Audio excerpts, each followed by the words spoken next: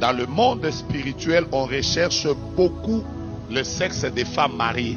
Chaque homme qui se retrouve dans une femme, je parle des femmes, chaque homme qui se retrouve dans une femme, le sexe de l'homme a toujours été un sexe donneur et le sexe de la femme a toujours été un sexe récepteur.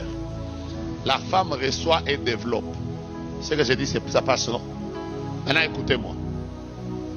Chaque homme qui se retrouve en intimité avec une femme, il laisse son énergie spirituelle dans cette femme-là.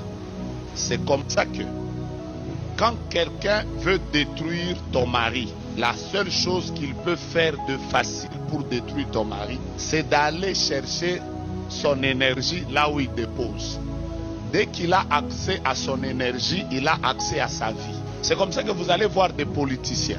Quand il veut affaiblir ses collaborateurs, il commence à draguer les femmes de ses collaborateurs et il sort avec eux. En sortant avec les femmes des collaborateurs, il affaiblit la grandeur de tous les collaborateurs. Maintenant, si toi tu es une femme mariée, tu dois savoir que spirituellement, on te recherche. Je vous disais que j'étais au Maroc. J'étais au Maroc. On me racontait par ceux qui étaient là. Ils étaient en train de me dire que par exemple, le roi du Maroc avait divorcé. Le roi du Maroc avait divorcé.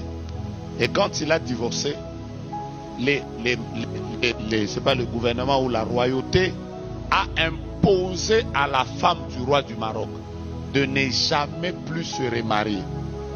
Plus jamais. Donc ils lui ont dit, nous allons tout te donner, tout. Tout ce que tu recherches dans la vie, on te donnera. Jusqu'à ta mort, tu n'as pas le droit de donner ton corps à quelqu'un d'autre. Comment eux ils comprennent ça alors que les autres ne comprennent pas ça? En fait, ils ont déjà compris que parce que le roi, sa force, sa vigueur a déjà été dans cette femme, toute autre personne qui cherchera à entrer en contact avec cette femme entrera aussi en contact avec l'énergie du roi.